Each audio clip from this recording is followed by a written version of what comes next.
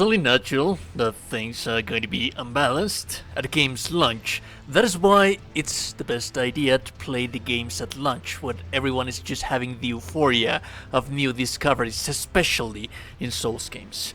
And it's also a nice idea because naturally things are going to be unbalanced and things are going to get nerfed. This is one of such things. The gameplay footage that you see right here, it's from New Game Plus for bosses, and the rest of the gameplay it's just regular game, but it is on the end game, so this is also very much usable Shadow of the Tree, where you're going to have such an easy time if you're using this build. So before I actually get to tell you how to use this build, let me actually show you how to get it. So this is where you start the Shadow of the Tree, the graveside plane.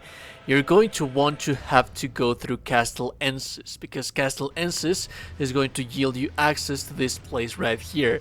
Then through Morth Ruins, you can get access to the Bony Village, and from the Bony Village, you can go all the way up here, get the Judge District High Road, and then there's going to be a cave just right at this place. The Ash of War is going to be on a beetle from the ceiling of the cave right here, so you do have to be looking for it and make sure to bring some projectiles. So let's talk about the Ash of War. And it just deals tremendous amounts of damage. It's a better version of Carian Grand Duel, which was already a very good Ash of War on the base game, on the vanilla game. The only downside that this thing has is that it has a huge wind up. So when it comes to actually fighting bosses at Shadow of the Tree, it's not going to be that viable at all times because they are very aggressive, but you are going to be a mage, so you're going to have more tools. If you play it properly, you can definitely, most certainly, like stun lock things, because that's the thing. The entirety of the animation, it deals nearly like 92 poise damage, posture damage, and then if you add a crystal tier, that we'll talk about that a little bit later, you're going to always be knocking down everything. On top of that, it just deals tremendous amounts of damage, and it has huge hyper armor. So yes, it takes quite a bit of some time to actually wind it up, but it has just filthy range. On top of that filthy range, it has filthy damage. It has lots of posture damage. I think that so far right now this is the highest posture damage Ash of War in the entirety of the game, which is nuts. As for the builds, we are a regular mage, and this is how we're going to get the most out of our weapon. The Ash of War, it can be like any weapon, we'll talk about that in a little while, but the Ash of War is going to scale of intelligence.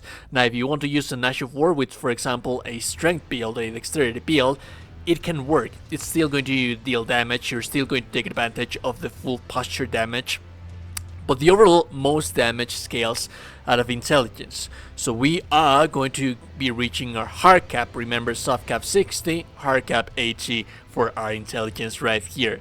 Everything else is just basic stuff. The strength and dexterity that I have right there is just for weapon requirements, but you can use basic regular any kind of sword, like no name sword specifically, if you want to have a little bit more points into vigor, mind, or endurance.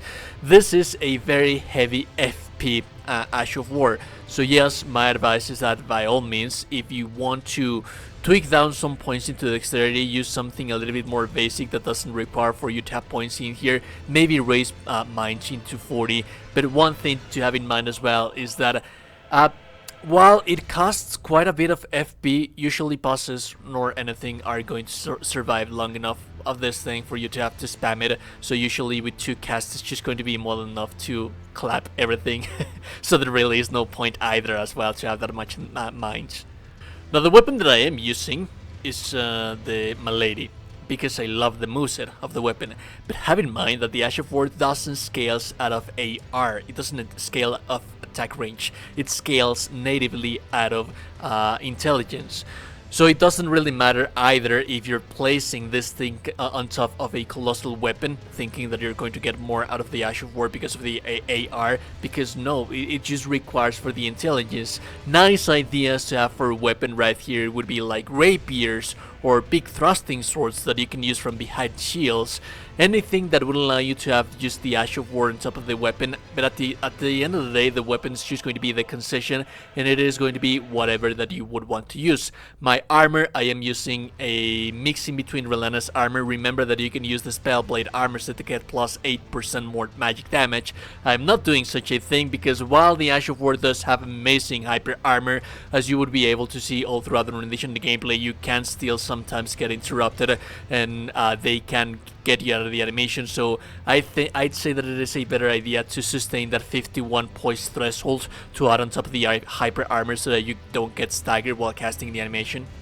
Now on screen, you're going to have the talismans that I advise for you to use, and then you have the talismans that I have as a must. The blue ones are the must, the gray ones are just the overall recommendations. Just have in mind that Godfrey Icon is a must with this build because it's a charge heavy attack. The second portion of the Ash of War is not going to benefit from Godfrey Icon, but ideally the first one is the one that deals the most damage. Then we have 15% from Shadow of Alexander. If you don't want to be using Magic Scorpion Charm, I think that this is a must in here as well, because Magic Scorpion Charm is not only going to give you damage on your base weapon, it's also going to give you damage on your spells. We'll talk about the spells right after, but the thing is that the Magic Scorpion Charm, sometimes you are going to deal like 10k damage.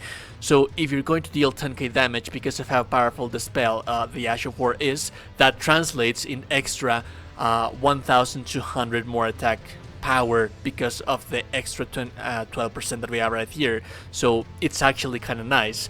Now, like I said, the talisman actually, the Ash of War is actually going to be quite consuming in FP, so the Carian Filigree Crest. It's also very stamina hungry because the Ash of War actually dishes quite a lot of stamina, so you can be using like talismans to recover like stamina in here. But like I said, these gray ones that I have right here are just recommendations. Just make sure that you do have the basic ones. There is not a single spell in the game that's going to deal more damage than your basic Ash of War on itself. So what we want to use right here, it's ideally things to buff the attack more than anything. So Terra Magica, this has been nerfed. I think that this is 20% more damage, but that translates into 2000 more damage because of how much damage it has. And then we have Renala's Full Moon. You could be using Rani in here as well, but we don't actually have cold. We don't inflict that much cold, and it would take like 2 casts of these things to inflict cold upon the enemy. So by all means, it can be Rani's as well. It's just that cold is not going to be an inherent part of everything. This makes for the enemy to receive 10% more magic damage, which translates into 1000 more damage from our Carian Sovereign. Never has the mix of Crystal Tears have been more important in one build like this one right here.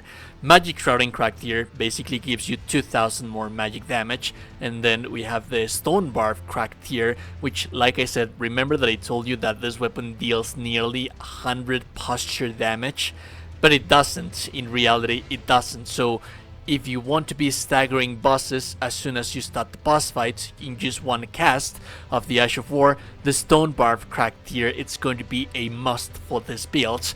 That is just going to allow you to stun lock everything in front of you. Now, it is a little bit tricky in Shadow of the Tree because usually bosses do not allow you to complete the combo. But if you're precise enough, if you're a good player enough, if you have like, your timings and your punishings, if you complete one combo against any boss with this thing, they're basically dead.